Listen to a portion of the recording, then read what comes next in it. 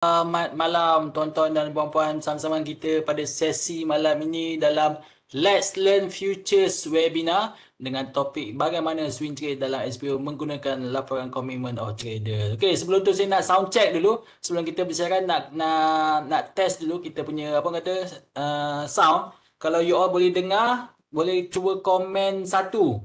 Kan, typekan di ruangan chat tersebut nombor satu kalau you boleh dengar suara saya sebelum kita proceed dengan kita punya sesi pada malam. Okey, terima kasih kerana sudi kata bagi kerjasama. Terima kasih Afiq, terima kasih Muhammad Haniza Burhan, Razif, Nasir. Wah, ramai Azrul, ramai juga ni yang kata muka-muka lama dan baru yang insya-Allah akan bersama-sama kita dalam sesi sejam setengah yang akan datang untuk kita kata dapat ilmu baru kan. Sebab kalau tanya saya pun kan ini first time juga saya dengar COT ni kan. So kalau nak tahu lebih lanjut memang kena pay attention untuk akan kata sepanjang sejam yang seterusnya. Okey, tapi sementara tu kan kita go through kita punya apa kata house rules dululah. Kan sambil-sambil kita nak apa nak pay attention, kita kena bagi perhatian kepada apa kata dia punya supaya kita punya sesi ni berjalan dengan lancar. So siapa yang ada problem kalau kata tak dengar ke apa ke, so memang you kena troubleshoot dan kalau boleh you follow dia punya step ni iaitu you klik pada icon 3 titik tu atau more option dan make sure you're using computer internet for audio. Dan lagi sekali sudi saya ingatkan, orang kata memang kena make sure you punya internet connection tip top lah. Kan maklumlah kan zaman sekarang ni orang kata bila kita duduk kat rumah ni kan orang kata kita punya family pun semua time ni lah nak tengok YouTube, time ni lah nak download macam-macam, time ni lah nak guna apa bandwidth. So kena make sure you punya internet okay. Okay, so selain daripada tu kan kita kat siapa yang adalah apa kata on you punya video by default kan, so kita nak minta tolong you all semua untuk tutup atau off you punya video. Okay, cuma klik pada kata button yang start video tu, dan make sure dia disable kat situ. Okay, sebab bukan apa kan takut nanti kita ternampak benda-benda yang bukan-bukan kan, so kita tak nak macam tu. Okay, dan seterusnya kan maklumlah topik hangat pada malam ni dan pun kata mesti you ada banyak soalan. So macam mana nak tanya soalan, dia ada dua step kat sini iaitu apa dia, make sure you pilih Q&A ya, dia bukan chat. Sebab kalau chat ni dia laju sangat, takut nanti kita tak pick up you punya soalan. So make sure you follow dua step ni iaitu apa dia, you klik pada button Q&A dan make sure you select all co-host. Penting ni ya. So bila you follow dua step ni, so insya-Allah pada hujung rancangan ni pada kalau kita ada masa, dan kita boleh minta speaker kita untuk apa kata menjawab you punya soalan. Okey? Terbaik semua dan juga nak maklumkan kita punya sesi pada malam ni kata berterusan ya. Dia bukan berakhir pada kata malam ni saja. So kita ada banyak lagi kita punya sesi. Ada 3 ni yang upcoming ni. Satu in Chinese kan, ada satu in apa English pada 29 Ogos dan next kita punya Malay session adalah pada 5 September bagaimana indikator EMA. Menarik juga ni. So siapa yang berminat boleh orang kata imbas atau scan QR code tersebut dan juga pihak admin pun baru saja upload dia punya link dekat chat button. So you boleh klik dan daftar siap-siap. Sebab bila you daftar kan nanti you akan dapat notification. Ni bagusnya kan teknologi. Kan bila you dapat notification so boleh apa add to calendar siap-siap. Nanti dia akan reminder kat you. Okay? So selain daripada itu juga kan kita kata webinar ni mungkin terlalu singkat. Yelah maklumlah sejam setengah je kan.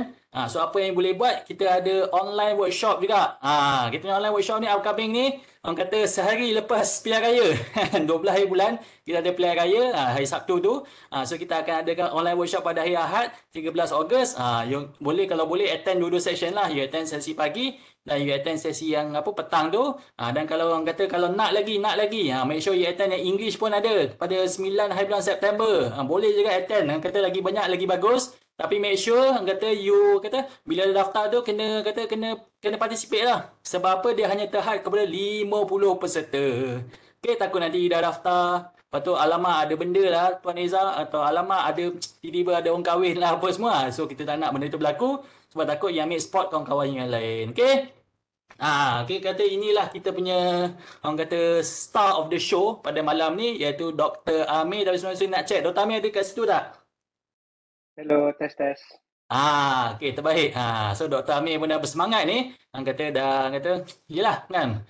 Dia dah buat banyak-banyak kajian, dia pun dah buat slide apa semua. So insya-Allah, kata inilah masa untuk kita sama-sama belajar, sama-sama menimba ilmu. So dengan itu saya serahkan kepada kita punya speaker pada malam ni Dr. Amir bin Ahmad. Silakan. So bismillahirrahmanirrahim. Assalamualaikum dan selamat malam semua. Suara clear eh? Okay. Alhamdulillah. Okay. Sekejap. Back to window. Okay. Jadi insyaAllah malam ni again sekali lagi kita berjumpa dalam webinar bersama saya. Di mana pada malam ni saya akan berkongsi sebuah topik yang mungkin agak baru dalam kalangan traders, iaitu tentang commitment of traders. Macam mana kita nak swing trade dalam FCPO menggunakan laporan commitment of traders. Jadi commitment of traders ni sebuah istilah yang maybe agak asing dalam kalangan trader FCPO terutamanya, sebab dalam FCPO kita tak ada commitment of traders, tapi ada cara untuk kita nak gunakan benda ni dalam FCPO. Biasanya commitment of traders ni dia agak popular mungkin di kalangan trader forex ataupun trader crude oil, soybean oil dan produk yang ada di US market. Tapi itu pun di Malaysia jarang saya tengok orang yang bincangkan tentang benda ni. Maybe dalam forex traders mungkin ada, tapi dalam kalangan komoditi jarang kita bincangkan. Dan hari ni saya nak bawa topik ni. Again, seperti topik-topik saya lalu, pembentangan ni topik ni sebuah topik yang besar, banyak rujukan yang saya kena buat dan baca untuk pastikan saya share benda yang betul dan bermanfaat untuk semua. Saya cross reference beberapa buah buku saya dan study sikit. Jadi kita mungkin tak dapat cover semua benda, tapi harapan saya macam topik-topik lain yang saya cover sebelum ni adalah setiap topik yang saya share bertujuan untuk kita trigger diri kita untuk yang mendengar untuk terus menggali macam okay, ini benda baru ni, kita decide bermanfaat ataupun tidak untuk trading kita. Kalau rasa benda ni useful, boleh digunakan untuk perbaiki trading kita, kita dig deeper. Macam mana kita nak gunakan benda tu untuk improve trading kita. Kalau tak, dan di situ je lah kita punya pertemuan kan. Malam ni okay, cukup je lah kita dengar, at least kita tahu benda ni wujud. Tapi saya rasa benda ni untuk some of the traders, it will be useful. Dia mungkin tak useful untuk semua, sebab semua ada style masing-masing. Tapi untuk some, it will be useful lah. So macam biasa, saya punya disclaimer adalah bukan tu deep dive betul-betul deep habis, sebab kita hanya ada sejam. Tapi again, bagi idea, mana parts-parts yang kita boleh explore secara lebih mendalam. Dan at least kita tahu the asas kepada ilmu commitment of traders ni. So ada 7 benda yang kita akan pelajari pada malam ini. Iaitu yang pertama adalah apakah itu commitment of traders, COT reports. Yang kedua, kita deep dive 3 main group of traders dalam COT reports. Yang ketiga, sejarah COT reports sikit untuk kita faham kenapa dan kenapa COT reports ni diwujudkan. Siapa yang wujudkan COT reports? Kenapa perlu ke COT reports ni? Apa sebab trader perlukan benda ni? Yang keempat, COT reports ni ada banyak benda, ada banyak jenis. So ada 4 jenis yang main. So mana satu laporan ataupun jenis reports yang kita perlu fokuskan supaya kita tidak buang masa untuk cari report-reports lain. Yang kelima, apakah kepentingan untuk kita? Kita dah duduk sini dengar sejam. Apa kepentingan dia untuk kita as a trader? Macam mana kita nak gunakan benda ni? Dan itu adalah topik yang keenam. Dan yang ketujuh, kita akan tengok sedikit praktikal dan macam mana kita nak memahami data-data yang ada dalam COT reports tu dan macam mana kita nak gunakan dia untuk tujuan trading analysis kita. Right? So kita direct pergi yang pertama. So commitment of traders report. Secara ringkasnya, dia adalah sebuah weekly report yang diterbitkan oleh CFTC. CFTC itu apa? Commodity Futures Trading Commission. So dia adalah sebuah badan agensi di US yang akan mengawal selia produk-produk dekat US yang mana mereka akan meminta every traders, especially big traders, untuk bagi reports dekat dorang. Berapa banyak kau beli minyak, berapa banyak kau beli jagung, berapa banyak kau beli apa semua. So dia akan minta data-data tu. So dan daripada sana semua terhasillah sebuah report yang dinamakan sebagai Commitment of Traders Report. So dalam report ni, dia akan menunjukkan the holding power ataupun apakah movement yang dilakukan oleh 3 main group of traders. Yang mana diorang bahagikan mengikut, yang pertama adalah non-commercial, yang kedua adalah commercial dan yang ketiga adalah non-reportable. Dia panggil sebagai non-reportable. So kita boleh tengok ini adalah contoh report dekat gambar sini. Kita boleh tengok sini yang pertama sini non-commercial, yang kedua adalah commercial dan yang di kanan sekali ditulis sebagai non-reportable. Okay. So ni CFTC lah, dia independent agency di US yang meregulate US derivative market. Saya tengok maybe dia ala-ala kita punya bursa Malaysia derivative lah. Ala-ala macam tu. Dan untuk yang nak tengok data COT reports ni, kita boleh access melalui website dia dekat cftc.my. cftc.com kan? .my Malaysia kan? Boleh try nanti ya. Saya terlupa, saya type tadi. Okay. Kita deep dive. 3 main group of traders yang ada dalam COT reports ni. Okay. So ingat dia punya nama dia, commercial dan commercial dengan non-reportable. Non-reportable basically bermaksud yang tidak dilaporkan. Ya, ataupun tidak perlu untuk dilaporkan, macam tak signifikan lah. So kita akan nanti fokus akan dua, dengan non-commercial dengan commercial. So commercial, siapakah commercial traders yang dimaksudkan dalam COT reports ni? Biasanya commercial reports ni terdiri daripada hedges. Hedges tu apa kita akan tengok selepas ni. Tapi yang mana mereka yang basically orang yang terlibat secara langsung dengan produk komoditi. Merangkumilah producer, merchants, processor dan pengguna direct produk komoditi.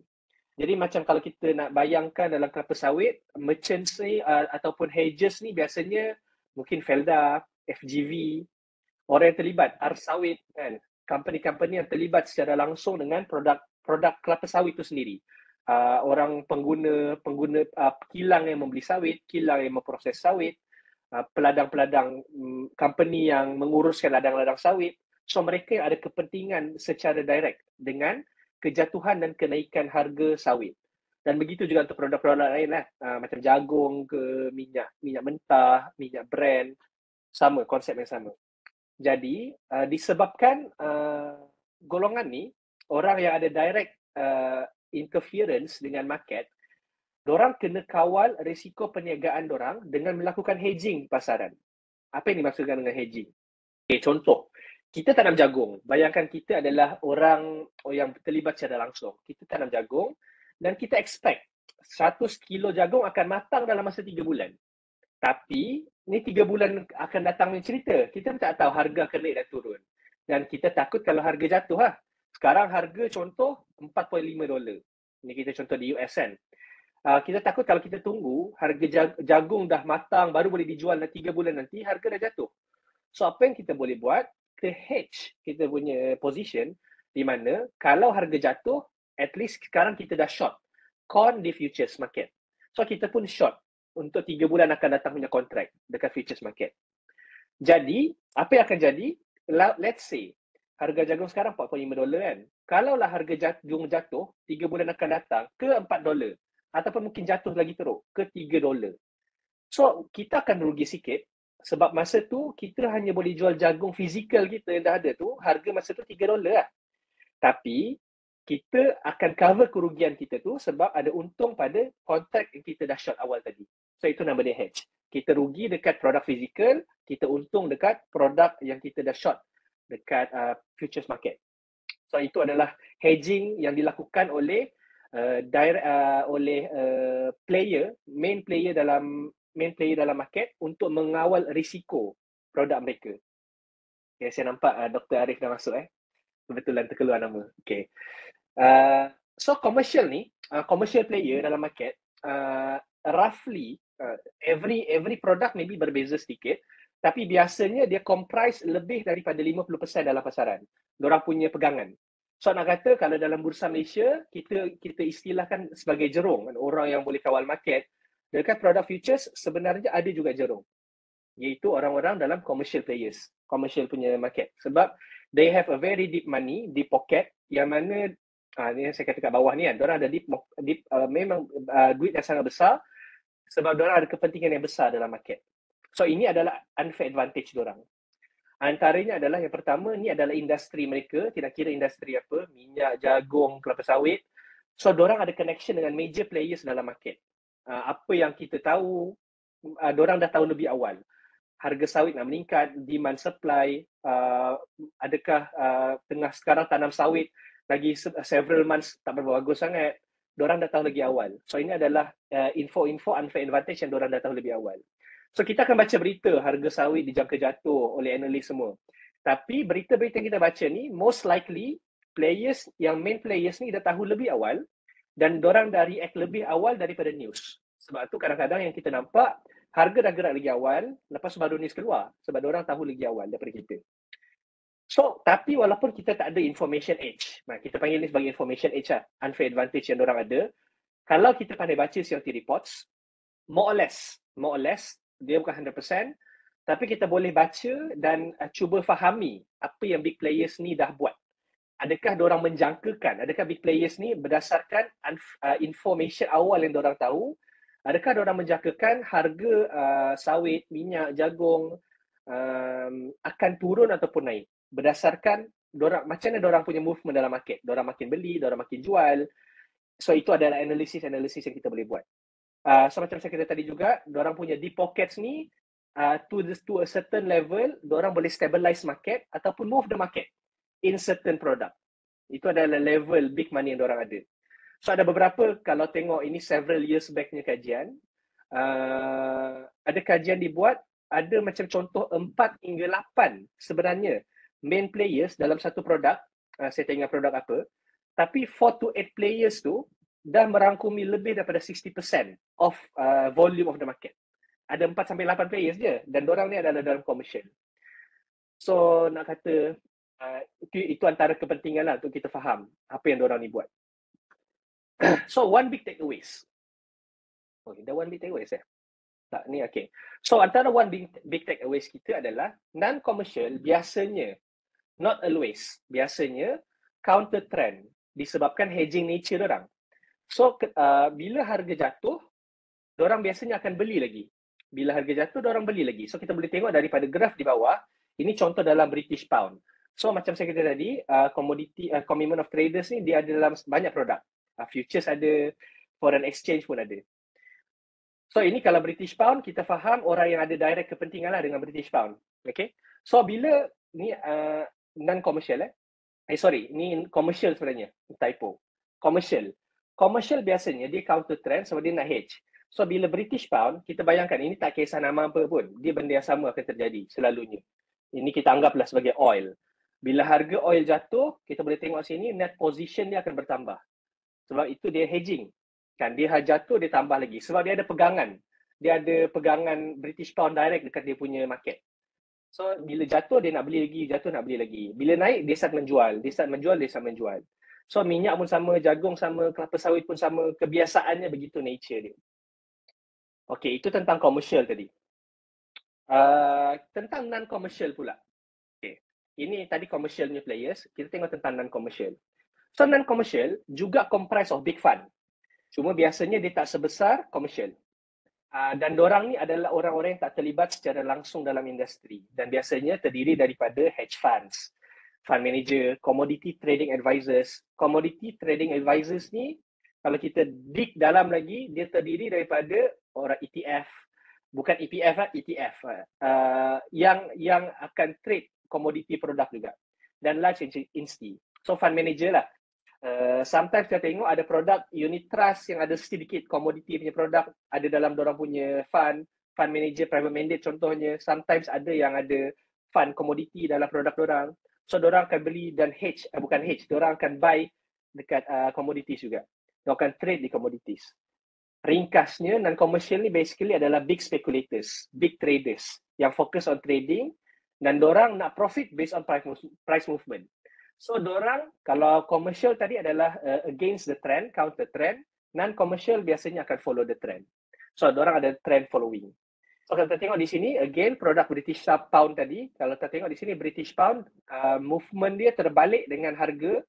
Dekat sini British Pound punya movement selari dengan large trader punya net position. Non-commercial ni juga dipanggil sebagai large trader. Nama lain dia. So begitu dia punya sifat movement dia. Dia nak trade based on the movement of the market. Dan dua-dua ni ada big fund, non-commercial dan commercial. Sometimes non-commercial, kalau fund lebih sikit, dia juga boleh move the market. Diorang fund-fund yang besar lah. Okay, dan yang ketiga adalah non-reportable. So non-reportable ni ringkasnya adalah kita lah. Small group of traders yang fund size tak signifikan sangat untuk di-observe dan untuk di-report. Sebab yang semua data-data yang ada dalam COT adalah data-data yang based on report. Diorang kena hantar borang 40 nama dia. Saya tak ingat nama borang tu. Setiap players besar ni kena hantar satu borang 40 setiap minggu kepada CFTC untuk merekodkan diorang punya pembelian dan penjualan. So non-reportable, diorang tak sampai level of yang kena report. So itu adalah tak signifikan sangat. So for the sake of discussion malam ni, kita abaikanlah non-reportable ni. So okay, so faham Ada 3 tadi, 3 jenis traders. Semua boleh faham Kalau boleh reply sikit boleh. Interaktif sikit. Faham, okay. Alright. So next, kita tengok sikit sejarah COT reports untuk kita faham the process, macam mana dia bermula.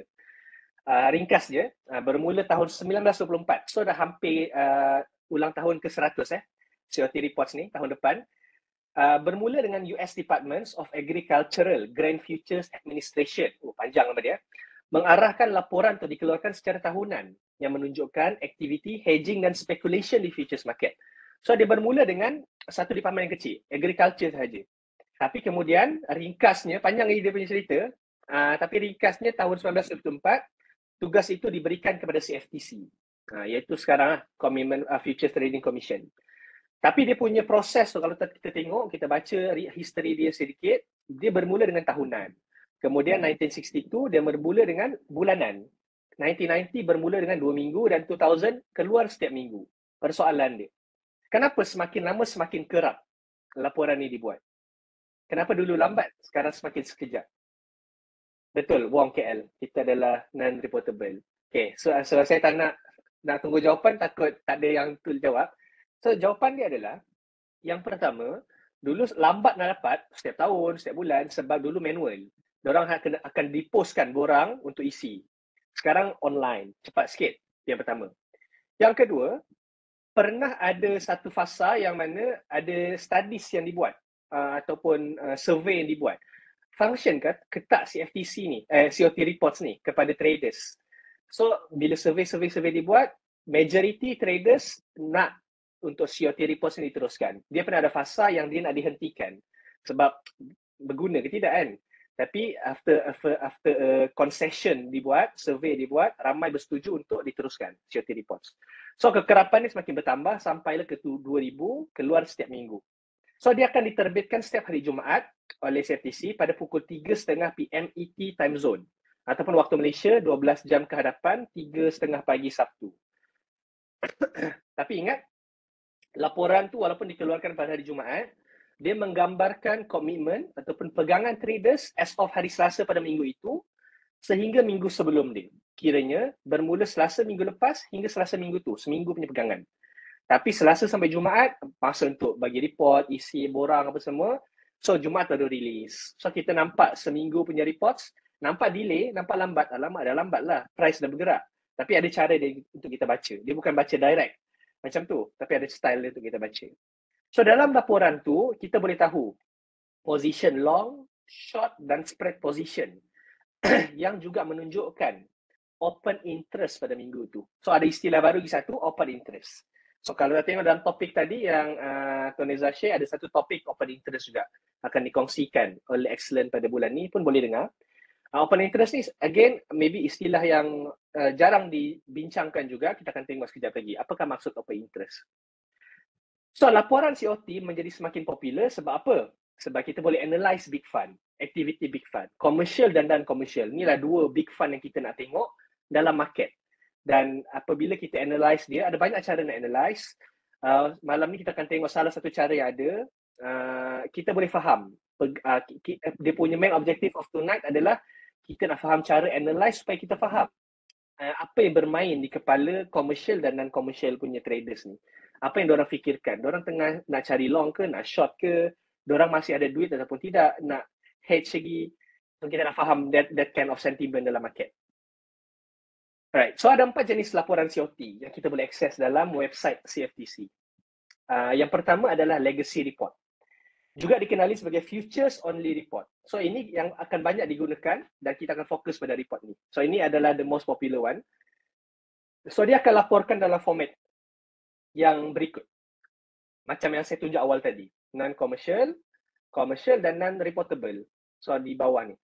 So non-commercial ni anggap sebagai large traders. Dia ada banyak kadang-kadang dia punya istilah tu dia interchangeable. Commercial ni kadang-kadang dia panggil nama lain, non-commercial dia panggil large traders, non-reportable dia panggil small speculators, depends on siapa yang buat yang type apa semua. Tapi saya nak bagi tahu beberapa istilah dia yang ada dekat sini supaya nanti kalau korang baca dekat website lain korang faham. Dia bukan benda yang berlainan, dia cuma interchangeable punya istilah. So yang kedua, reports yang kedua adalah supplemental, iaitu reports ni dia ada tambahan sedikit detail laporan untuk certain commodities seperti agriculture. So dia ada 13 specific contract agriculture yang dia akan listkan. So dia macam extension kepada legacy report tadi, tapi khas untuk agriculture sahaja. Yang ketiga adalah disaggregated. So ini lebih detail, dia pecahkan traders ni kepada 4 kategori. Producers, processor dan users, swap dealers, manage money dan other reportable. So ini lebih detail, tapi tak ramai lagi yang gunakan. So kita akan tengok yang lagi ramai orang guna sekarang. Dan yang keempat adalah traders in financial futures. So ini adalah fokus dekat instrumen kewangan yang lain. Macam index, stock index, DJI index ke Nasdaq index, currency futures, forex dan interest rate futures. So kalau ada forex traders, biasanya kalau dorang akan tengok yang ni lah, laporan yang ni. Berbeza dengan commodity punya traders. So ada kepentingan. Okay, so kita tengok dah. Tadi kita dah faham sejarah dia, apa players dalam COT reports, apa dia punya jenis-jenis laporan yang ada dan mana yang kita perlu tengok iaitu legacy report. Tapi apa kepentingan dia kepada kita? Kenapa kita nak belajar tentang COT reports ni? Okay. So ini beberapa kepentingan dia. Untuk memahami cara menggunakan COT reports, okay, kalau kita nak gunakan COT reports untuk kita punya trading analysis, kita kena faham dulu apa data-data yang ada dalam laporan ni. Tapi kenapa kita nak fahami data ni? Apa kepentingan dia? So, data dalam COT reports akan memberitahu kepada kita apa yang sedang dibuat oleh jerung dalam komoditi. Sama ada komersial ataupun non-komersial. Sebab dua-dua entity ni, dua-dua big players inilah yang memberi impact terhadap harga komoditi kita. Sama ada nak bullish, nak bearish, nak reversal, kebiasaannya ditentukan oleh dorang. Okay. So, bila kita dah faham point of view dorang, kita boleh faham the current market sentiment. Sama ada nak bullish ataupun bearish. Tapi fokusnya kepada swing traders lah. Sebab non-commercial ataupun commercial, their view adalah long term. So, they want to focus on the big time frame. Dan yang kelima adalah kita juga boleh mengetahui potensi market reversal akan berlaku dan kekuatan trend berdasarkan cara kita analyse data pegangan pada COT reports. So sama ada kita tengok commercial ataupun non-commercial big moneys ni dia tengah reduce their money ataupun tengah pump duit lagi dalam market. So kita akan tahu sama ada market dan reverse ataupun tidak. So ini kepentingan untuk kita tahu. So kalau untuk intraday traders pun boleh kita apply macam mana kita nak bila kita dah faham the big picture of the market punya view direction ke mana, kita boleh implement benda tu dalam kita punya market juga. Sebagai contoh, kalau kita nampak market nampak big money ni nampak macam dah nak short. So bila dalam intraday punya view, contohnya kalau kita nampak big movement macam dah nak berlaku secara technical yang nak pecahkan support yang very big money, kita boleh gunakan view kita kepada COT reports tadi walaupun dia untuk swing, big punya view tadi kita boleh gunakan sebagai kita punya extra affirmation untuk kita hold lagi lama intraday position kita. Macam hari ni, FCPO short besar. Maybe in a big view, swing market dah nak mula. Dah nak short. Tapi kalau kita faham benda tu, maybe intraday kita takkan ambil small punya target profit saja. Mungkin kita akan buka besar lagi sebab kita ada confidence lebih yang big movement dah nak berlaku in a bigger time frame. So still ada function dan kepentingan dia lah untuk intraday traders. Tapi more kepada swing traders. Okay. So macam mana? Sebelum tu, kan saya kata tadi awal, dekat FCPO kita tak ada Commitment of Traders. Commitment of Traders report hanya ada di US sahaja. So macam mana kita nak apply kepada FCPO? Ada yang ada guess?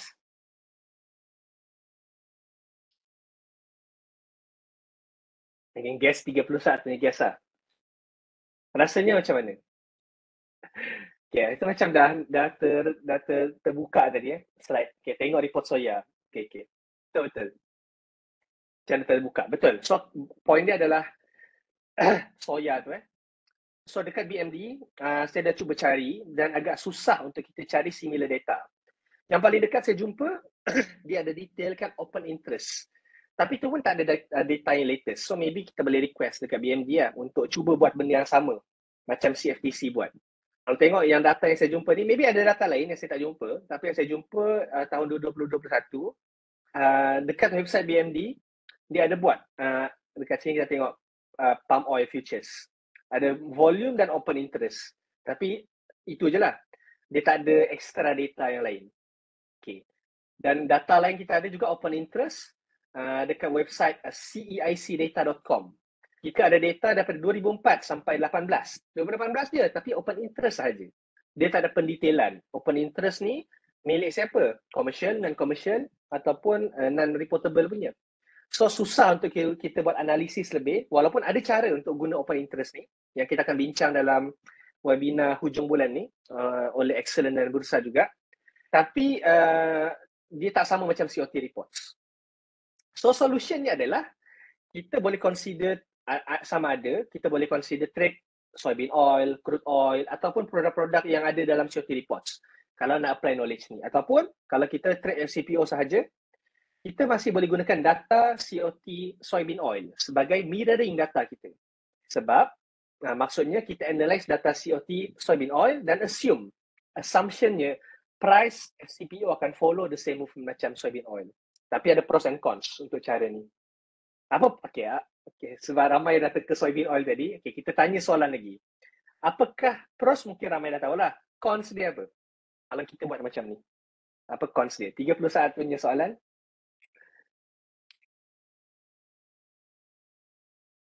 Weather. Okay, boleh expand ni kot? Jawapan tu boleh expand lagi? Weather maksudnya gap. Okay. Tapi kita nak swing. Kalau swing tak kisah gap sangat kan. Kita nak tahu the main direction of the market. Currency. Oh, ni jawapan semua satu perkataan hari ni. Weather, gap, currency. Uncertainty. Masih satu perkataan. Tak ada yang cerita panjang sikit. Panjang mungkin tak cukup masa 30 saat kan. Lagging, war. Masih satu perkataan. Okay. Good. Ni short and sweet and simple. Antara cons dia adalah yang kita kena persoalkan dan kena fikir adalah dia hanya akan applicable kalau soybean oil movement, price movement 100% sama dengan FCPO price movement. Kalau. Tapi adakah sama 100%?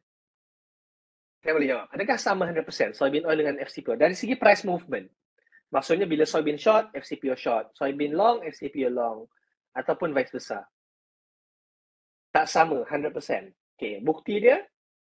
Okay, tapi sebelum tapi, kadang-kadang sama.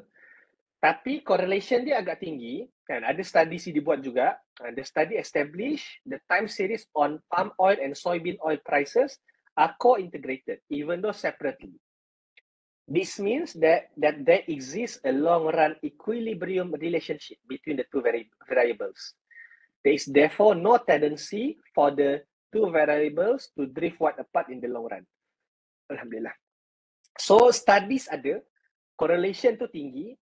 In long run, pergerakan dia sama, tapi dia bukan 100% sama month to month ataupun week to weeks. Okay, kita tengok sendiri bukti dia.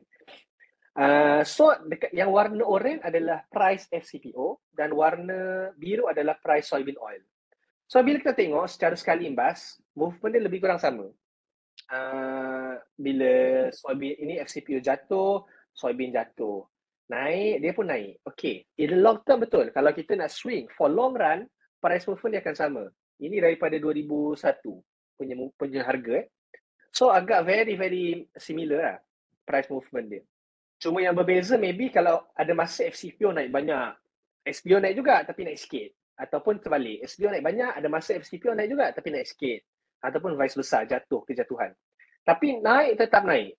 Cuma kalau kita tengok akan ada beberapa, tapi untuk kita compare secara lebih dalam, betul ke sama 100%? Kita gunakan correlation coefficient. Boleh gunakan correlation coefficient punya indicator dalam trading view, yang mana dekat indicator ni kita boleh tengok.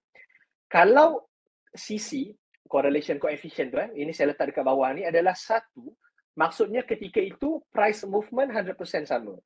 So, tapi kalau bawah 1, maksudnya tak berapa sama. So, kita boleh tengok kat sini. Yang paling atas ni adalah 1. Nampak 1 tepi ni, nampak kabur-kabur sikit. Okay, ada masa dia sama 100%, perfect. Macam sini, dekat movement daripada sini, 2002 sampai 2009, 10, hampir 100% sama. Dia dekat atas je. Tapi lepas tu kita tengok, ada masa dia jatuh, tak sama sangat. Tak sama sangat. Dan ada masa dia jatuh, dia punya correlation jatuh sehingga around kosong ni. Kosong. Maksudnya memang tak sama. Dia bukan inversely, tapi tak sama. Kalau inversely, negatif. Tapi kat sini dia sampai dekat kosong. Sampai negatif sikit. Maksudnya mungkin sini ada naik, tapi ni jatuh. Macam dekat sini kan. Ini jatuh teruk, tapi ni ada naik-naik sikit. So dekat sini tak sama nama. So dekat sini sama balik. Sini tak sama lagi. So dia bukan all the time 100% lah. So itu adalah sedikit risiko. Tapi kita tak banyak pilihan. Kita tak banyak pilihan. Kita tak ada data FCP untuk Community of Traders. So at least ada something untuk kita gunakan sebagai panduan kita. Alright. Okay, so kita dah go to our last topic of the night. Laju malam ni saya laju sikit. Dah last topic dah. Seronok kat saya. Kurang cakap sikit. Tapi dah haus lah. Okay, so last topic kita. Semua dah ready untuk memahami sikit data dalam COT reports.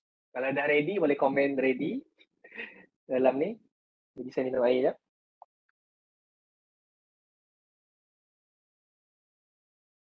Alright. So, apa data-data penting yang kita perlu faham dalam COT reports? Okay. Maybe ada yang boleh ambil gambar. Ambil gambar reports ni supaya kita boleh rujuk sambil kita tengok setiap beberapa details yang ada nanti.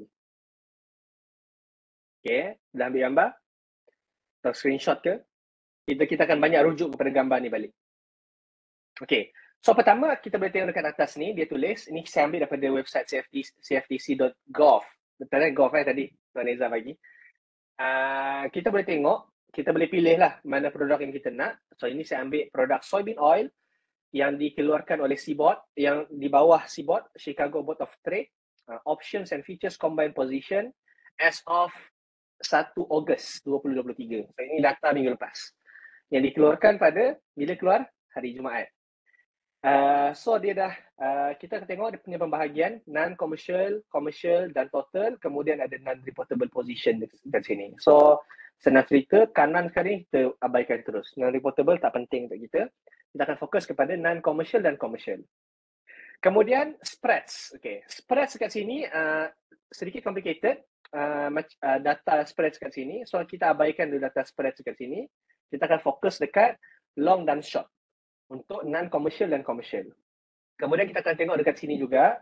Kita akan tengok ada open interest, total open interest kat sini 549,000. Commitments of dekat sini commitment dia berapa? Berapa pegangan dia untuk long. So non-commercial dia ada 96,273 yang dia tengah hold long. Bukan hold long, sorry. Dia ada long 96,000 kontrak dan dia ada short 47,000 kontrak. Commercial ada long 289,000 kontrak dan short 348,000 kontrak dekat soybean oil. So dia lagi banyak short daripada long. Dan total short adalah 526,000 dan long 516,000. Kemudian kita akan tengok changes. So changes ni pun penting untuk kita tengok. Sebab data COT reports, kita tak boleh tengok dia as satu report sahaja. Kita kena compare every report dengan report-report yang lepas. Sebab apa? Kita nak tengok dan fahami trend of the holding position of the non-commercial dan commercial ni. Trend dia macam mana? Sama macam kita baca price chart, uptrend ke downtrend. So benda yang sama applicable dengan COT reports. Kita nak tahu dia tengah semakin mengurangkan position dia ataupun tidak. Kalau kita baca macam ni je, oh sekarang commercial tengah banyak short, tengah long dia tak banyak sangat. Data tu tak berapa useful. Kita kena compare from report to reports. So sebab tu dia ada bagi sikit sini lah changes from minggu sebelumnya 25 Julai. So sebelumnya dia short dia berkurang. Berkurang sebanyak negatif 9,000, long dia berkurang sebanyak negatif 4,000. So dia bandingkan data yang minggu lepas. Tapi ini pun tak function sangat sebab kita nak tengok big data lagi. Okay, kemudian kita ada percent of open interest for each category of traders dekat sini. So, ini kita nak faham open interest ni apa pula. Kita akan tengok selepas ni. Dan last sekali ada dekat sini section number of traders in each category. So, yang long dekat non-commercial ada 95. Yang short ada 63. Yang commercial, yang long ada 100. Short 116. So, nampak macam tak banyak kan? Tapi inilah total ni tak sampai 600 ni. Tak sampai 600 tak sampai. Tapi dorang ni lah yang menentukan hala tuju soybean oil dengan beberapa ratus of players sahaja. Sedangkan kita mungkin beribu traders kan pun tak boleh nak move. So ini apa kepentingan kita nak faham dorang ni siapa. Apa yang dorang buat. Okay, so first kita fahami open interest dulu. So apa yang dimaksudkan dengan open interest? So ini tadi kan ada percentage of open interest. So open interest menunjukkan kontrak yang masih dibuka. Atau ringkasnya, trader yang masih in position tapi tak close lagi position dorang. Okay. Selagi mana dia ada position, kiranya open interest bertambah 1. Kalau trader tu close dia punya kontrak, then open interest tu tolak 1. Okay, kita cuba tengok contoh. Senario sikit. Assuming sekarang net position, net open interest adalah kosong. Okay. Ada satu trader A. Dia beli 3 new contract. Dia long FCPO, 3 contract. Berapakah open interest sekarang? 3. Okay, betul? Next. Sekarang ada trader B. Nama dia Lim. Dia sell pula 3 new contracts. Berapakah open interest sekarang? 6. Betul. 6. Sebab apa? Sebab ini adalah trader yang berbeza. B adalah trader yang berbeza. So kita ada 2 trader sini dan dua-dua buka kontrak yang baru. Satu long 3 kontrak, B pula sell 3 kontrak. So sekarang ada 6 kontrak open in the market yang masih belum di close. Okay, sekarang A jual pula 1 kontrak. Berapakah open interest sekarang? Di close satu position dia. Tinggal 5. Betul. Simple Okay, kadang-kadang dia akan pening sikit. Kita ingat setiap kali kalau A beli, B jual, jadi kosong. Tak, dia apa yang masih open dia akan kira macam tu. So dalam ni yang kita akan tengok semua ni sebenarnya adalah commitment of traders. Dia menunjukkan dekat sini ni pegangan ini saya rasa bukan saya rasa, ini kalau tak silap saya pun tertiba ragu-ragu. Tapi kalau tak silap saya, dia menunjukkan open interest yang dilakukan, yang holding position yang ada pada commercial dan non-commercial punya players. So ini adalah position dorang yang dorang masih ada dan belum close. Dorang ada 259,000, ada yang ada long dan ada 348,000 yang masih tengah hold short. Dan sama dengan non-commercial kat sini. So this is the open punya position. So dorang tengah ada position ni lagi. So sebab tu kadang-kadang bulan depan, minggu depan kita akan tengok berubah sikit sebab dorang dah close some contracts, dorang buka kontrak baru. So kita nak baca daripada sana. Okay. So commercial position, macam mana kita nak faham commercial position punya game? Kita tengok yang ni dulu yang tengah-tengah ni. Okay. So satu tips. TLDR, kalau panjang sangat, pening kepala, tak faham. Satu benda yang kita kena faham, satu takeaways adalah kita beli, kita nak cari for long position bila commercial dah berhenti membeli. Sebab commercial tadi kita ingat dia suka counter trend. Bila harga jatuh, kita tengok dekat sini. Harga jatuh dekat wheat punya weekly chart. Harga jatuh ke bawah, scale down buying. Dia beli makin banyak sampai 60,000. Tapi at one point kita nampak buying power dia punya buying punya interest makin berkurang. Dia dah jual sikit-sikit. Sampailah kita tengok bila dia jual, harga pun makin menaik. Dekat wheat dekat sini. So kita nak cari point ni. Bila dia nak stop buying tu? Itu yang kita nak faham lah macam mana cara nak baca. Commercial suka counter trend untuk hedging purposes. Tapi kita risky untuk terus beli masa dia jual. Contoh ni kan, dia beli. Kita terus nak jual. Risky lah. Kita tak tahu bila dia nak berhenti membeli. Ataupun bila dia akan daripada beli tukar ke jual. Kita tak tahu benda tu. Tapi kita nak faham bila dia akan stop buying, bila dia punya buying power macam dah kita nak tengok from commercial point of view, dia macam dah tak minat sangat nak beli. Macam dekat sini kita tengok dia macam tak minat sangat nak beli dah. Nanti kita akan tengok satu contoh lagi. Okay. So itu satu take away kita. Bila komersial kita nampak macam dah berhenti membeli, kita punya masa adalah itu masa kita nak beli. Sebab bila dia berhenti membeli dan dia nak jual, itu masa harga akan naik. Non-komersial pula yang akan membeli masa tu. Dia akan terbalik. Komersial beli, non-komersial akan jual. Bila komersial jual, non-komersial akan beli. So net position. Okay. Dalam kita nak kira net position, okay, net position maksudnya berapa net. Satu long, satu short, so net dia berapa? Okay. Berapa dia punya net. Dalam nak kira net, tak penting untuk kita dapatkan precise value. Macam betul-betul tepat, tak penting. Yang lebih penting, macam saya kata sebentar tadi, adalah kita nak tengok pattern antara net position dengan price. Okay, contoh dia dekat sini. Kita pun kira, komitmen dia dekat sini ada 119 long, short ada 22,000 dekat non-commercial. Ini British Pound Sterling. Commercial dekat sini ada long 11,000, short 119,000. Non-reportable ada long 32,000, short 21,000. Okay, kita pun kira berapa net position yang tinggal. Kita kira long ada ni bla bla bla bla, net tinggallah 96,000 yang net long dekat non-commercial. Kita nak tahu net dia, net yang kita nak tahu. Commercial net dia ada negatif 107,000 short dekat commercial. Non-reportable ada 11,000 net long. Okay. So dekat sini kita akan nampak commercial sangat bearish dekat British Pound Sterling. Tapi persoalan seterusnya adalah how bearish is bearish. Macam saya kata tadi, itulah kepentingan untuk kita compare data komersial yang sekarang, net position dia, dengan net position dia minggu-minggu yang sebelum ni. Kita nak tengok the pattern. Nah, kita nak tengok the pattern of the net position dengan pergerakan harga pula. Ada pattern ataupun tidak. Okay. So, persoalan yang penting dari tu, kita hanya boleh jawab bila kita buat charting of the net position over time.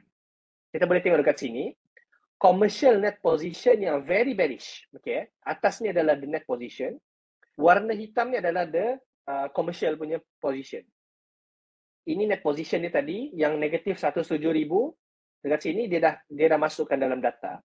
Dan bila kita buat charting data ni, kita nampak sebelum tu dia ada negatif 50,000 punya net position. Kemudian jadi negatif 107,000. Maksudnya dia menambahkan 50,000 short contract dalam position dia. Dia bertambah dengan mendadak. So, bila kita chartkan, kita nampak pop jatuh ke bawah. Nampak very extreme punya movement. So, dan kalau kita tengok juga dekat sini, dia menghampiri satu resistance dekat net position yang pernah dibuat oleh commercial dekat sini. So, ini kita nampak, maksudnya dia dah nak mencapai extreme punya movement ataupun extreme selling dalam dia punya movement. Okay. So, dan kita tengok dekat sini juga, commercial biasanya dia akan terbalik dengan big fund. Tengok sini, funds, ini adalah the non-commercial punya traders ataupun large traders. Bila banyak menjual of commercial, non-commercial biasanya akan membeli lagi banyak. Okay, itu adalah part commercial tadi. Kita nak tengok dia punya pattern macam mana. So, ini bila dia semakin banyak menjual dan pattern dia kita tengok semakin banyak ke bawah, so kita boleh assume mungkin buying dah nak start.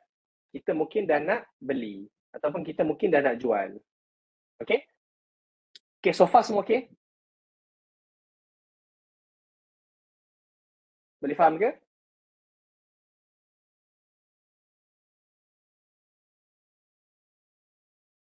Tengok respon sikit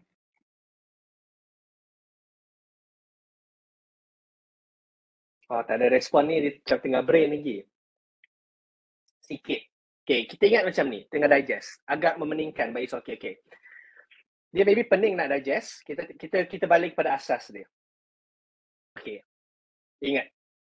Ini adalah commercial punya style of trading. Bila dia menjual, kita nak beli. Okay. Bila dia jual, kita nak beli. Bila dia beli, kita nak jual. Boleh faham part tu? Dia counter trend sikit. Benda baru dengar, faham. Kita tengok chart ni. Okay. Harga tengah jatuh, dia beli banyak. Bila dia tengok, okay, sekarang aku nak jual. Dia start jual, harga pun naik. Boleh faham part tu? Sebab apa? Dia nak hedge tadi. Okay, part ni faham. Kita balik pada part yang ni. So dekat sini, apa kesimpulan yang kita boleh buat? Sekarang, diorang tengah menjual. Bukan demand and supply. Tak. Data ni dapat dari mana? Data mana? Yang tadi data yang mana? Yang tadi secara general CFTC punya website.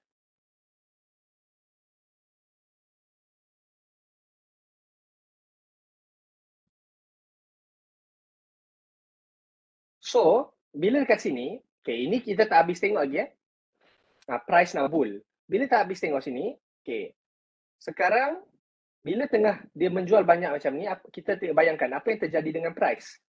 Apa yang terjadi dengan price adalah bila dia menjual semakin banyak, harga akan semakin menaik. Harga akan vice versa. Dia akan selari dengan pergerakan sini atas ni. Large funds kat sini. Price biasanya akan selari dengan large funds lah. Dia semakin banyak menjual, price akan naik makin atas, makin atas, makin atas. Tapi kemudian yang kita nak tahu adalah bila masa kita nak beli ataupun bila masa kita nak jual. Okay, itu ada lagi interpretation dia, kita akan tengok lepas lagi. Tapi sekarang kita nak faham dari asas dulu. Bila komersial menjual, harga biasanya akan semakin menaik. Ataupun bila harga semakin menaik, komersial akan jual lagi. Dia akan berlawan arah dengan price.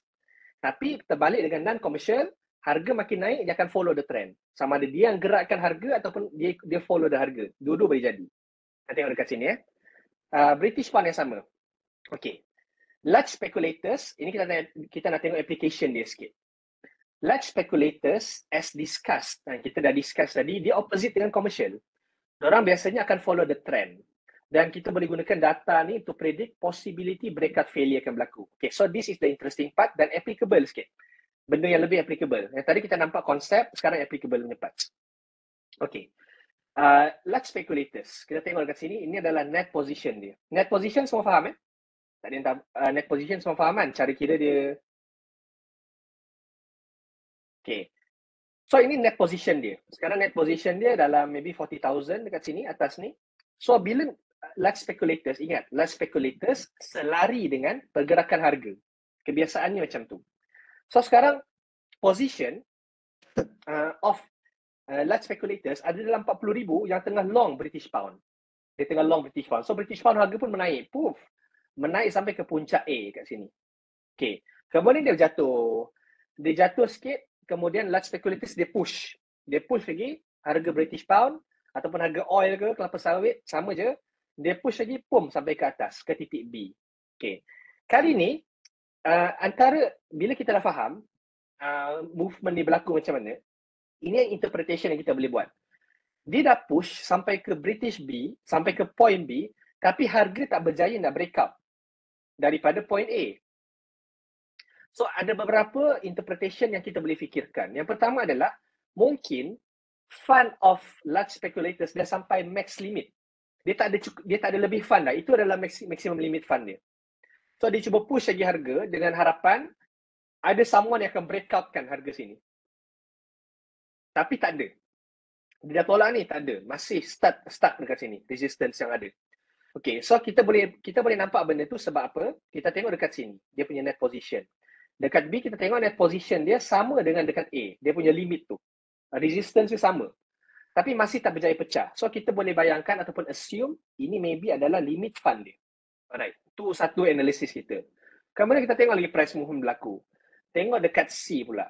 Sekarang C dia nak cuba break up lagi. Sekarang dia nak buat triple top lah. Dia cuba break up lagi C. Tapi dekat sini kita tengok apa yang boleh terjadi. Harga mencecah price yang sama dengan A dengan B.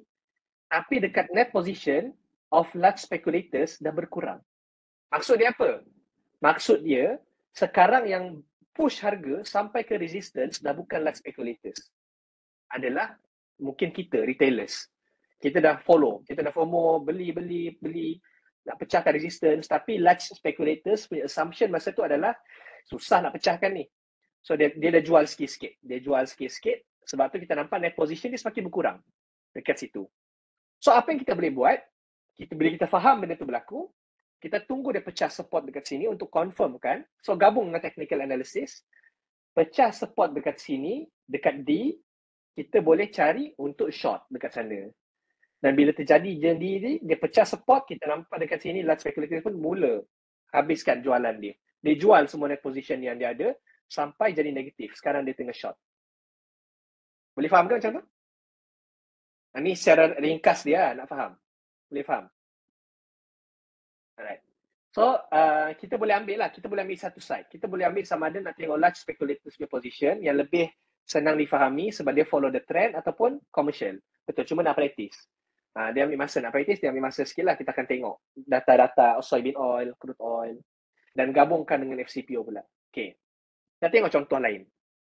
Okay. Large speculators punya position lagi. Ini adalah untuk oil pula. Okay. Sekarang dekat A. Ya, dekat A dekat sini harga dah sampai sini, dekat harga sini, atas ni harga, bawah punya net position, kita tengok dia dah sampai sama dengan yang sebelum dia.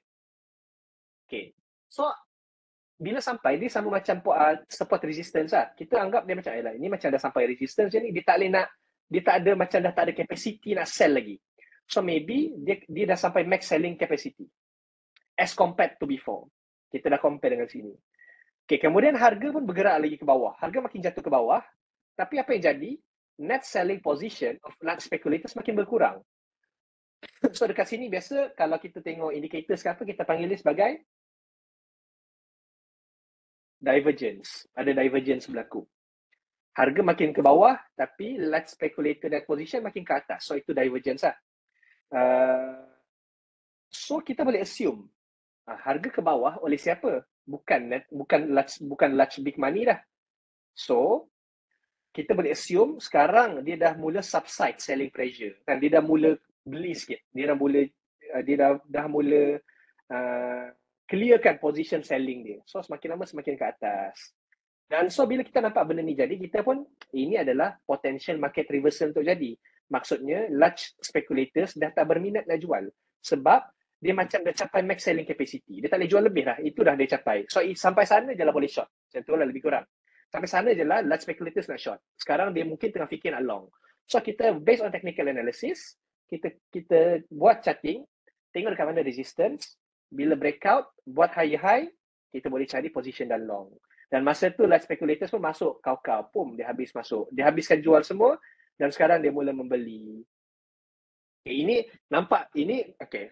Satu lagi penambahan adalah, of course, ini adalah chart yang biasanya dah cantik. Yang biasa benda yang dah jadi. Senang untuk kita tengok. Akan ada chart-chart kita nampak susah nak jadi. Macam tak jadi. Benda normal lah. Macam technical analysis juga. Sometimes ada yang perfect. Sometimes ada yang tak perfect. So, sebab itulah gunanya stop loss. So, dia boleh jadi tak jadi. Tapi itulah gunanya stop loss kita. Sebab apa? Sebab large speculators ataupun non-commercial, dua-dua ni, commercial dan non-commercial, they can be wrong. Diorang bukannya right all the time. Ada masa diorang silap juga. Buktinya adalah, saya tak masukkan dalam slides, tapi ada fund, very big fund, saya tak ingat nama dia apa. Dia adalah large speculators, non-commercial, lebih daripada $6 billion. Dia silap position dekat satu market. Tak ingat tahun bila. Dan dia rugi, berbilion-bilion dolar. Dia rugi. So, dia silap. So, itu possible untuk jadi. Masih possible untuk jadi. So, sebab tu function stop loss. Untuk kita sebagai retailers, kita always put our stop loss. So, ada masa tak jadi. Okay. Kemudian, commercial. Kita tengok tadi kalau oil yang sama, untuk large speculators, kita tengok dia follow the movement. Tapi kalau kita buka, kita tengok net position of commercial pula. Tengok position of commercial, dia terbalik. Ni commercial punya net position untuk produk yang sama. Kita tengok, bila harga jatuh, net position of commercial apa jadi? Dia menaik. So, lepas tu sampai dekat sini, commercial tengok. Commercial macam tak nak beli dah lah. Aku rasa dah paling jatuh ni. Ini paling bawah yang boleh, aku tak nak beli dah. Sekarang aku rasa aku nak jual. So, bila dia start jual, terbalik dengan large speculators, diorang mula membeli dan harga pun menaik. Boleh faham? So, commercial dan commercial, kita kena ingat, bila ada orang membeli, kena ada orang menjual. Kena ada orang yang mirror benda tu. So, bila commercial membeli, biasanya large speculators akan menjual. Commercial jual, large speculators yang membeli, dia terbalik macam tu. So, net di akhir nanti, biasanya akan kosong ataupun plus minus sikit. Dia akan macam tu je lah. Biasanya akan mirror. So, kita tengok dia punya perubahan. Beza okay. Ini large speculators, ini adalah commercial. Okay. Ini contoh of large trader lagi untuk British Pound. Benda yang sama. Bila jatuh ke bawah, ini pun jatuh. Ada masa tengok dekat sini. Tengok dekat C ni, dia dah sampai extreme selling point, dia macam tak boleh nak jatuh dah. So bila tak boleh jatuh, tengok point D. Dia jatuh lagi tapi dia tak boleh nak pecahkan. Dia dah buat higher low. Kita panggil istilah TA dia, buat higher low. Dia macam tak nak jual lah. So bila kita tengok tak nak jual, kita tahu okay, ni potential reversal mungkin nak jadi. Dia macam dah tak minat nak jual. Selling pressure dah subsides. So sekarang kita cari dekat chart mana dia punya point of reversal boleh berlaku. Kita mark dekat atas ni. Bila dia pecah sahaja, kita pun boleh beli. Dan lepas tu kita tengok harga net position of large traders memang semakin meningkat. Diorang pun semakin banyak membeli. So macam application secara mudahnya macam tu lah. Okay. Tapi macam saya kata tadi, commercial dan non-commercial dua-dua boleh buat silap. Contoh dekat sini adalah kesilapan yang boleh dilakukan oleh commercial punya traders. Ini juga digelar sebagai commercial capitulation. Okay, nama dia macam gempak sikit. Commercial capitulation. Kita tengok dekat sini, bila harga jatuh, orange juice. Ni orange juice tahun 2003. Orange juice makin jatuh, commercial beli. Beli. Tapi at one point, diorang dah macam sama ada, fund memang dah habis. Diorang ada di pocket, tapi fund dah habis nak beli. Diorang banyak sangat beli, tapi harga tak naik-naik. So apa yang diorang buat? Diorang akan mula clear pegangan diorang dan diorang akan mula follow the trend dan short orange juice sekali. Dan diorang tahu diorang dah silap. Ada one point diorang akan tahu memang tak boleh buat apa dah ni. Memang nampak macam kuat betul nak short ni. So nak pun short. Tapi setahun lebih diorang buat silap tau. Daripada Februari 2002 sampai dekat April, Mei 2003. Setahun lebih. Tapi diorang ada di pocket. So tak apalah diorang rugi ke apa tak kisah. Tapi yang penting kita kena tahu yang diorang pun boleh buat silap, kita pun boleh buat silap, sebab itu penting stop loss untuk kita. Okay. Okay. Habis dah sebenarnya. Okay. Rasa macam sekejap malam ni. So ada banyak cara, side notes dia, ada banyak cara untuk kita analyze dan view data dalam COT. Tapi setiap cara kita perlu validate dan fahami dulu sebelum kita guna. So ini adalah salah satu cara yang digunakan. Tak ada teknik yang foolproof dan itulah gunanya stop loss kita. Dan ada lagi beberapa benda. Saya nak cerita sebenarnya tentang COT index, COT monetization index. Tapi tak cukup masa rasanya malam ni. Kita buka kepada Q&A dulu.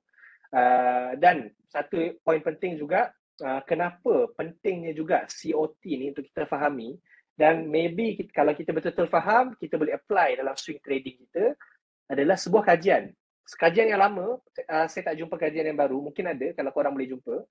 Dia dibuat oleh Michael L. Hatzmark dalam tajuk working paper dia, Luck versus Forecasting Ability, Determinant of Traders' Performance in Futures Market. So bagi saya interesting research yang interesting. Ada orang buat research tentang benda ni. Tapi kesimpulan yang boleh buat adalah, kita boleh, siapa yang nak baca boleh Google tajuk ni boleh jumpa dekat Google. Kesimpulan yang dia buat adalah, dia nak tahu adakah luck ataupun memang ada ability nak fokus untuk traders performance dalam futures market.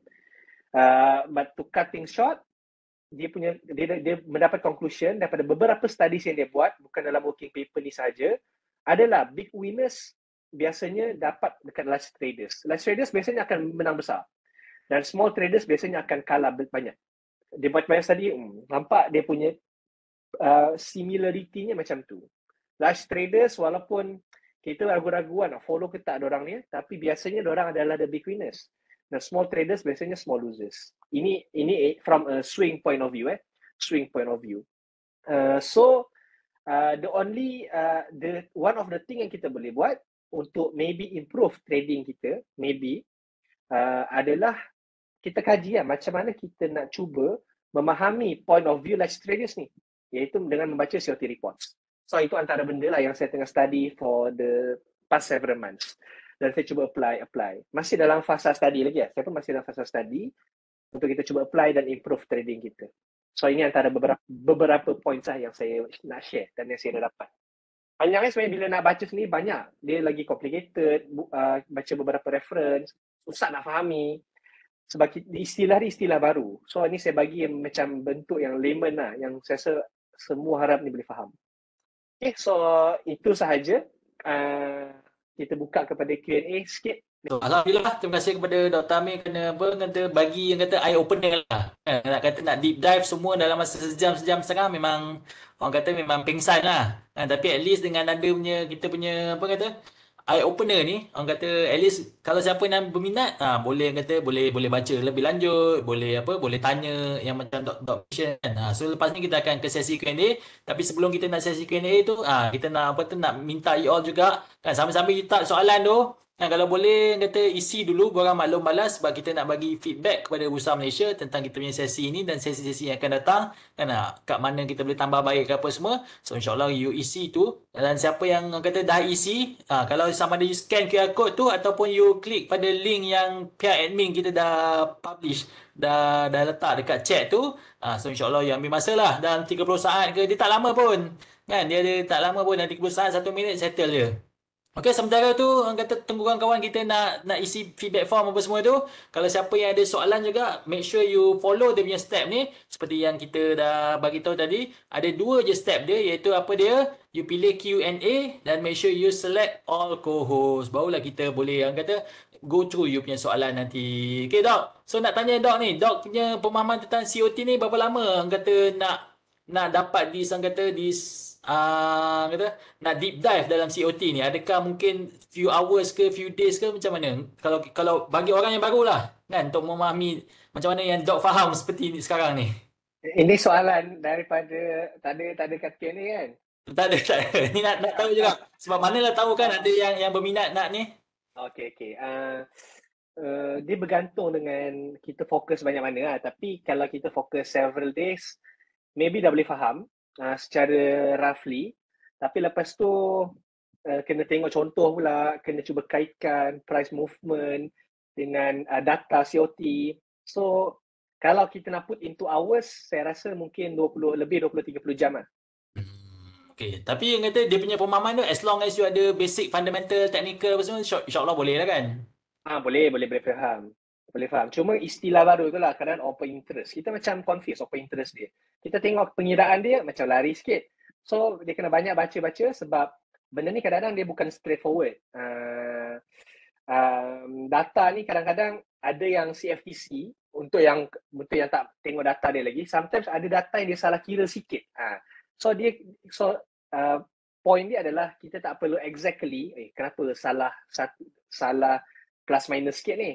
Kita tak perlukan exact data of the net position. Yang penting kita tahu the trend ataupun the pattern of the net position compare dengan price. Itu antara benda yang paling penting lah. Okay. So tadi juga dekat chat tadi pun saya ada nampak kata mungkin ada confusion sebab bila cerita tentang commercial, sebab commercial ni dia terbalik kan, dia counter trend. So biasanya commercial ni dia untuk big player yang nak hedging in case dia harga jatuh ke harga naik. So at least dengan hedging tu dia punya loss tu very minimal lah, daripada apa kata yang insti ke big player yang non commercial, yang apa kata memang purely spekulatif punya behavior. So dia memang follow exactly lah. Maknanya dia follow trend. Kalau trend naik, of course dia long. Kalau trend tengah bearish, of course dia akan short. So you kena faham dia orang ni datang daripada side mana kan. So bila you faham dia datang daripada side mana, dia punya pandangan pun sendiri kita boleh tahu kan. Kalau commercial, dia counter trend kan. Kalau dia jual, kalau dia short, dia expect harga akan naik. So maknanya dia ada mainkan peranan kat situ. Dengan senang cerita, follow je trend yang ditunjukkan oleh non commercial. Itu yang saya boleh nampak lah. Sebab kalau kita follow commercial, ni macam terbalik je, confuse pula kan. So bila kita follow trader atau speculator yang ada big fund ni, so insyaAllah kita on the right track. Okay, mungkin kita boleh ke Q&A. So sementara kawan-kawan kita yang dah isi feedback form, saya nak ucapkan terima kasih banyak-banyak. Tapi yang kata silalah, kalau belum memang kena isi. Kalau tak isi, yang kata tak graduate pada malam ni. Yang kata ilmu tak masuk, insyaAllah. Boleh Okay, soalan pertama Dok, di Q&A tu kan, ada soalan daripada Tuan Admin. Tuan Admin pula kan. Admin mana kita tak tahu. Tapi dia tanya tentang how is COT report related to volume. Ada kena mengena ke COT dengan volume? Volume, ikut kefahaman saya, dia depends. Okay, dia kalau kita nak deep dive, dia banyak lagi. Volume apa? Boleh jadi volume of open interest ataupun volume of the transaction. So kalau volume, beberapa pecahan pun ada juga. Tapi in general, biasanya volume kita tengok dekat bursa FCPO, tu adalah transaction keluar masuk. So, minit pertama orang beli 1, jual 2, 3 volume. Minit ketiga orang beli lagi. Pum. So, every minute it counts. So, Bagi saya dia tak dipandang sangat dalam COT report. Dia tak digunakan sangat. Sebab tu kita tengok dalam COT report tu pun tak ada volume. Dia ada open interest. Sebab open interest adalah dia nak tahu open position je. Dia tak peduli volume yang jadi sebelum tu. Tapi akhirnya apa yang tengah jadi sekarang? Berapa orang tengah masih hold long, berapa orang tengah masih hold short. Itu je dia nak tahu.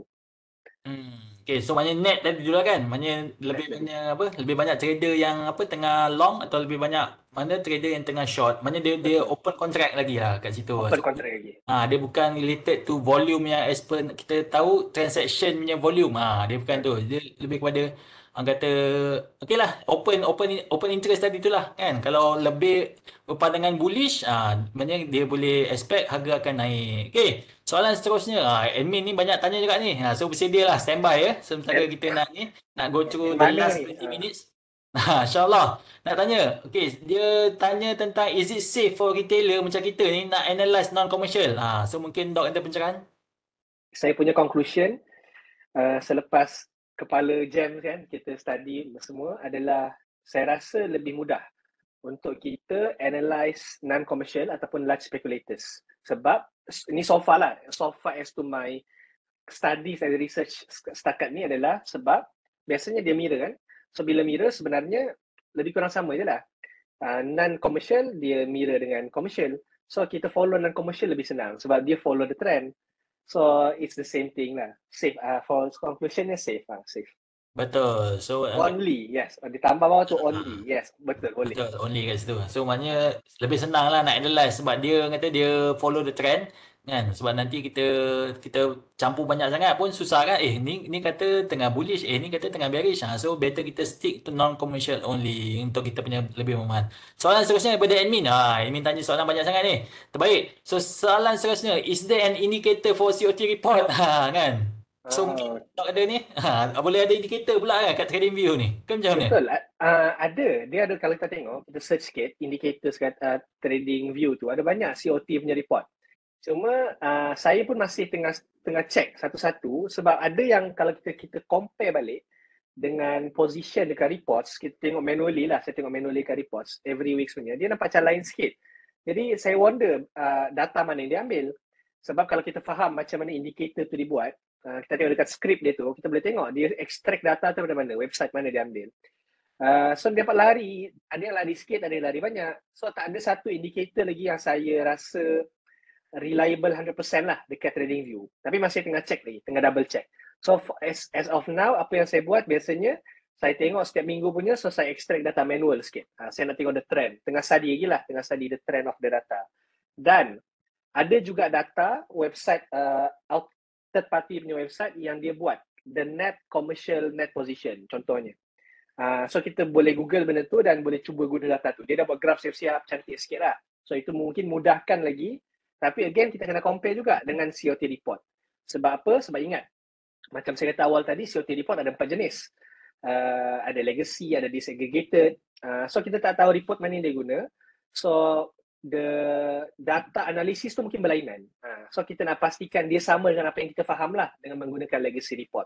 Kalau dia guna data lain dan kita punya pemahaman kena switch sikit untuk faham macam mana cara digunakan data tu. Itulah sebab tadi pun saya difahamkan ada 4 jenis kan strategy report ni. Kita ada legacy, kita ada supplemental, kita ada disaggregated, ada traders managed future. So maknanya nak kena verify balik dia data tu daripada source mana dan macam mana kita nak interpret data tersebut. Okey, terbaik. Soalan seterusnya daripada Muhammad Azwan Mudin. Beliau expert juga ni, dah pernah guna COT net position.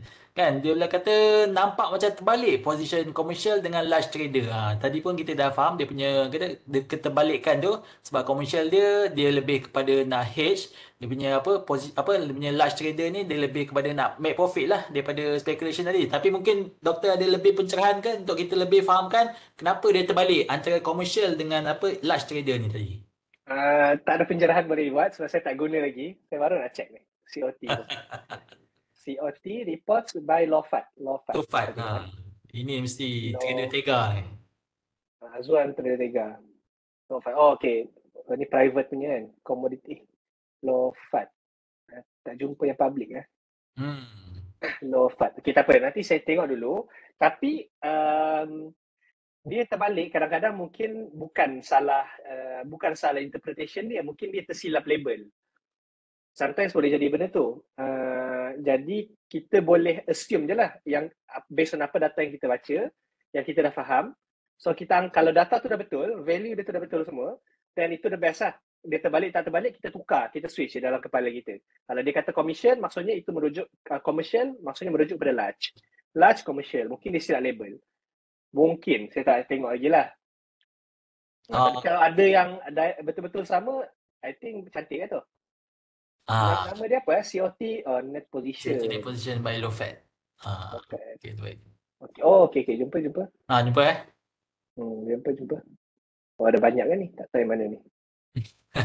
Okay. Alright, tak apa, saya tengok dulu lah. Boleh. Okay, Alright. sebenarnya bagi doktor masa sedikit untuk beliau interpret dulu tentang indikator tersebut, supaya kita boleh dapat pencerahan yang lebih mendalam. Okay, soalan seterusnya daripada cikgu.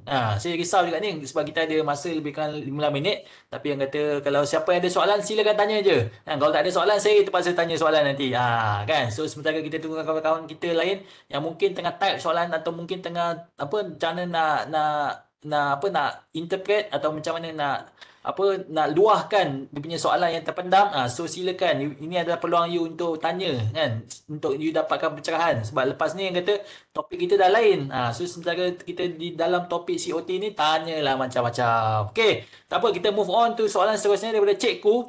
Maaf, saya tak berapa faham cara nak dapatkan COT ni. Maknanya setiap future ada COT dia sendiri ke macam mana? Mungkin Dok ada pencerahan sikit?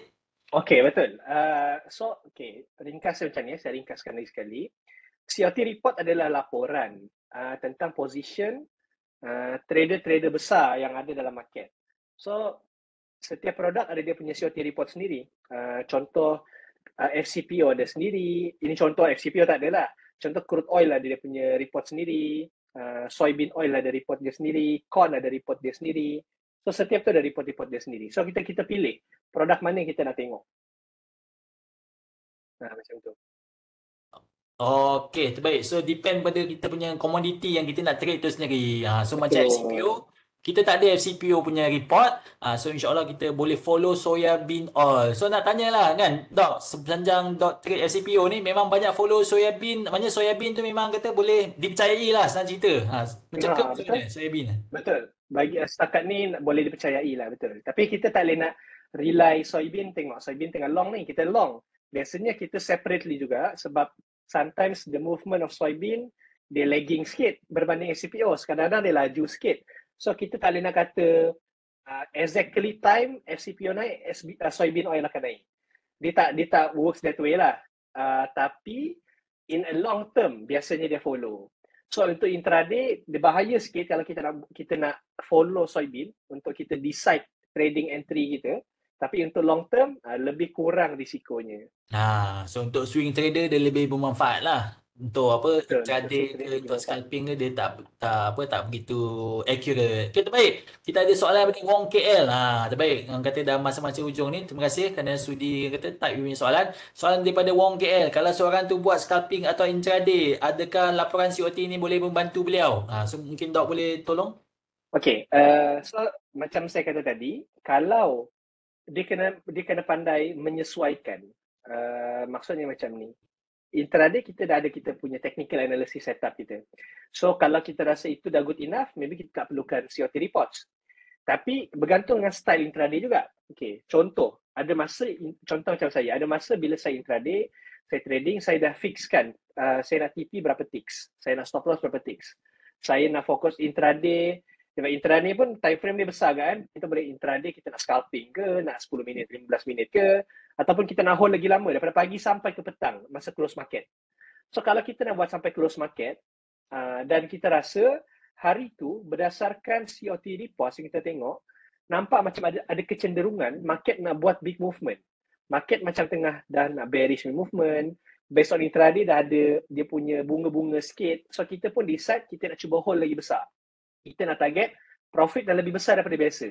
Mungkin kalau kita buat scalping intraday yang short time, maybe kita target 3R atau 4R. Kita target 3 ratio ataupun 4 ratio. Tapi kalau kita dah boleh estimate, big movement possible nak jadi ni. berdasarkan technical analysis kita dan kita compare dengan COT reports. Ada dia punya penguat. So kita boleh decide, okay, aku nak cuba hold. Mungkin boleh pergi sampai 80 hingga 100 ticks kalau jadi hari ini. So ada kita nak cuba ambil risiko lebih sikit. Macam lebih kurang macam tu, lebih kurang macam tu. So dia boleh membantu. Tapi again, it might not works for everyone sebab COT reports is a big data punya reports weekly basis kan. So mungkin dia take time sikit lah untuk jadi. Tapi take time tu pun sometimes dekat chart dia nak bagi bayang. Contoh dekat weekly punya time frame ataupun kita tengok daily punya time frame, support atau resistance dia nak break. Dia nak break. Dan dekat COT reports memang ada nampak large traders dah mula nak masuk ataupun dia dah jual. Trend dia nampak macam makin menaik. So kita boleh buat kesimpulan yang okay, memang kita nampak COT reports large traders dah mula masuk, dah membeli. Possible untuk dia nak bullish lagi, kita cuma menunggu timing sesuai.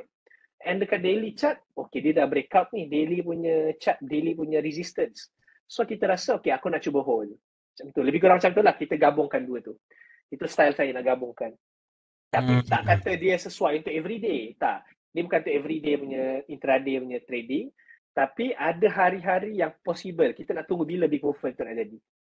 Betul. So terbaik. So maknanya kita boleh gunakan dia sebagai apa kata kita punya penguat lah kan. Kalau kita nak nak lock profit lebih sikit sebab biasa kalau intraday ni dia mungkin dah 10 tick dah cukup. Tapi mungkin kita rasa dengan adanya COT report ni boleh bantu. Kalau kita rasa macam ni macam boleh pergi lebih jauh. Kan semacam Doc mention lah. So mungkin kita boleh boleh close lambat sikit tapi kita punya profit pun lebih besar daripada kita scalping. Okay, bukan soalan tapi komen daripada Lin M. So saya nampak Lin M ni pun banyak bagi komen-komen yang bernas. Dia bagi chat, dia bagi link apa semua. So mungkin daripada chat kalau Doc boleh rujuk pada ruangan chat. In my opinion, CFTC susah nak intraday kerana lagged. Sebab kita pun dah faham tadi CFTC punya CFT report ni dia Selasa ke Selasa. Dan dia hanya publish hari Jumaat. So ada 3 hari punya lagging kat situ. Tapi menurut beliau, Lim M dia kata boleh gunakan CFTC punya sebagai tulang belakang. So kalau ikut dalam trend intraday, kalau still uptrend boleh long. So mungkin Doc ada komen ke tentang ni?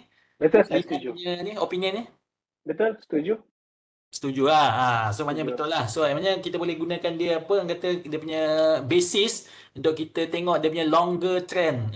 So kalau dia still uptrend, still sihat, so mungkin kita boleh long dan insya-Allah kita boleh hold lebih lama sikit. Okay, mungkin Doc ada ini kata-kata terakhir ke sebelum kita nak akhiri kita punya sesi pada malam ni, mungkin dalam seminit dua ke untuk kita punya take away daripada kita punya sesi pada malam ni. Mungkin Doc ada something yang nak share dengan kita semua? So take away-nya adalah first kita fahami balik asas kepada COT reports. Kita follow large traders sebab dia follow the trend. Kita lawan kepada non-commercial sebab dia against the trend.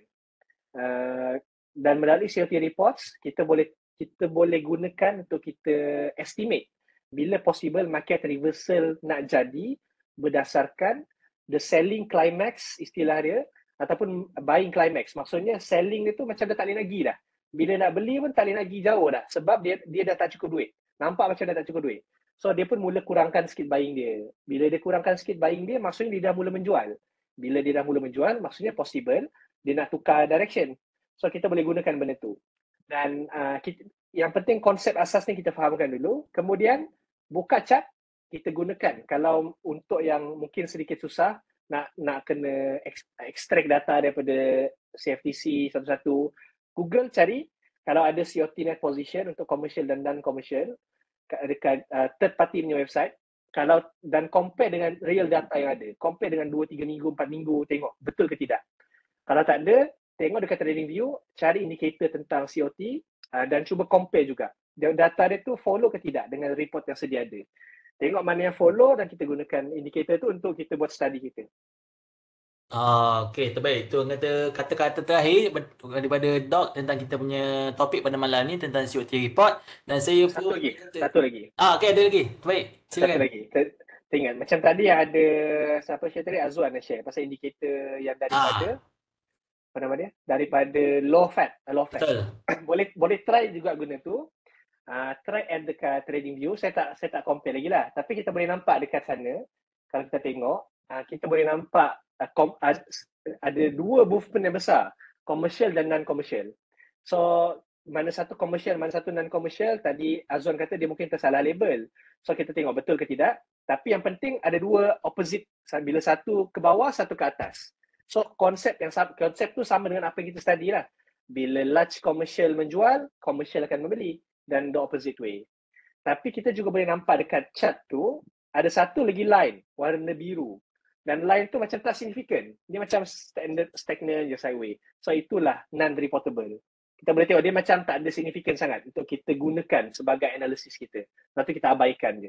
So kita tengok hijau dengan yang merah saja.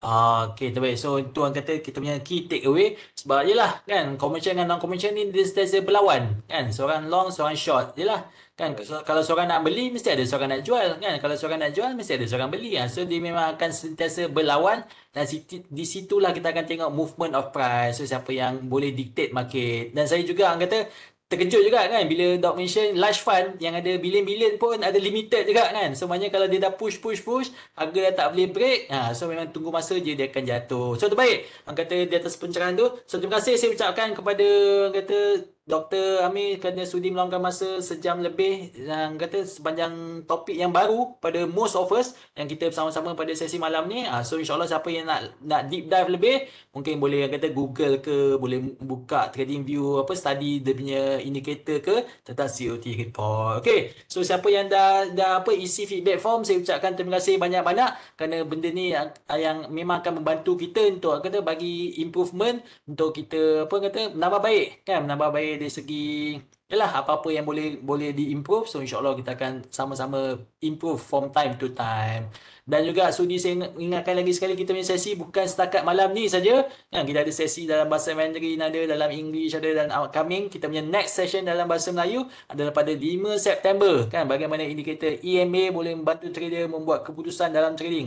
EMA kan, macam mana EMA ni boleh bantu kita dalam kita punya trading. So siapa yang berminat, orang kata daftar je siap-siap. Sama ada you klik pada kita punya you scan QR code tersebut atau you klik pada www.sln.com/events yang pihak admin dah type di ruangan chat. So daftar siap-siap, nanti akan dapat notification dan boleh lock you punya kalender siap-siap. Okay? Dan selain daripada kita punya webinar yang mungkin limited masa dia, yelah maklumlah kita buat malam, betul 8.30 sampai pukul 10 saja. So siapa yang berminat nak lebih mendalami ilmu futures ni, dialu-alukan sangat untuk you daftar kita punya next session online workshop pada 13 Ogos. So dia ada 2 session, pagi dengan petang. So make sure you attend both session supaya you dapat manfaat sepanjang hari tersebut. Dan kita punya sesi ni dia limited kepada 50 peserta saja. So make sure kalau you dah committed, you dah register, dah sign up, make sure you attend lah kan. Sebab takut nanti you terambil tempat orang yang berminat tapi you tak dapat datang. So make sure you committed dan daftar siap-siap sebab dia hanya terhad kepada 50 peserta sahaja. Ni bila you pergi ke website tersebut, dia akan sort by month kan. So macam bulan Ogos, dia boleh tengok bulan Ogos punya calendar view kan, English ada, Mandarin ada, BM ada. So you boleh klik kat situ dan dia akan cerita tentang lebih detail tentang topik tersebut dan daftarlah sekarang. Okay, so sebelum kita mengakhiri ni, saya nak ucapkan terima kasih juga pada Bursa Malaysia sudi sama-sama kita organize this event, sponsor this event, dan sudi-sudilah kan layari laman web bursamarketplace.com kan. Dia ada derivatives trading simulator. Siapa yang mungkin baru jinak-jinak, belum ada account futures lagi, belum buka account lagi, so orang ini adalah platform yang boleh kita belajar-belajar kan. Buka account, orang trade olok-olok dulu, tengok dapatkan feel dulu sebelum you dapat ada modal untuk pump dalam you punya account nanti. So orang boleh get started kan. Jangan tunggu sampai ada duit baru nak start kan. At least you orang cuba dulu trade olok-olok dulu supaya kita dapat dia punya feel tersebut. Okay, dan juga selain daripada itu kita ada Bursa Academy Kan, Bursa Akademi pun dia under Bursa Marketplace. Bursa Marketplace ni saya rasa semua tahu. Kan, so Bursa Akademi pun orang kata untuk kita dapat lebih pencerahan kan tentang apa-apa topik, tentang apa-apa orang kata konten yang kita tak clear, so bolehlah ke Bursa Akademi. Okey, saya rasa cukup setakat ni saja kita punya sesi pada malam ni. Jam pun dah menunjukkan pukul 10 malam. So insya-Allah kita akan jumpa lagi di sesi-sesi yang akan datang. Saya nak ucapkan lagi sekali terima kasih kepada Bursa Malaysia kerana sudi menganjurkan event ni, dan juga kepada pihak admin daripada Excellent. Terima kasih banyak-banyak kata kena host this event, dan juga terima kasih juga kepada Dr. Amir yang sudi meluangkan masa dalam topik yang baru pada malam ni, dan juga saya nak ucapkan terima kasih kepada semua peserta-peserta yang setia daripada awal kan, daripada 8.30 tadi sampai ke penghujung rancangan pukul 10, dan juga semua yang sudi isi feedback form. So ini memang kena special thanks kepada you all semua. So insyaAllah kita akan jumpa lagi di sesi yang akan datang. Dengan itu saya ucapkan Assalamualaikum warahmatullahi wabarakatuh dan selamat malam semua. Terima kasih.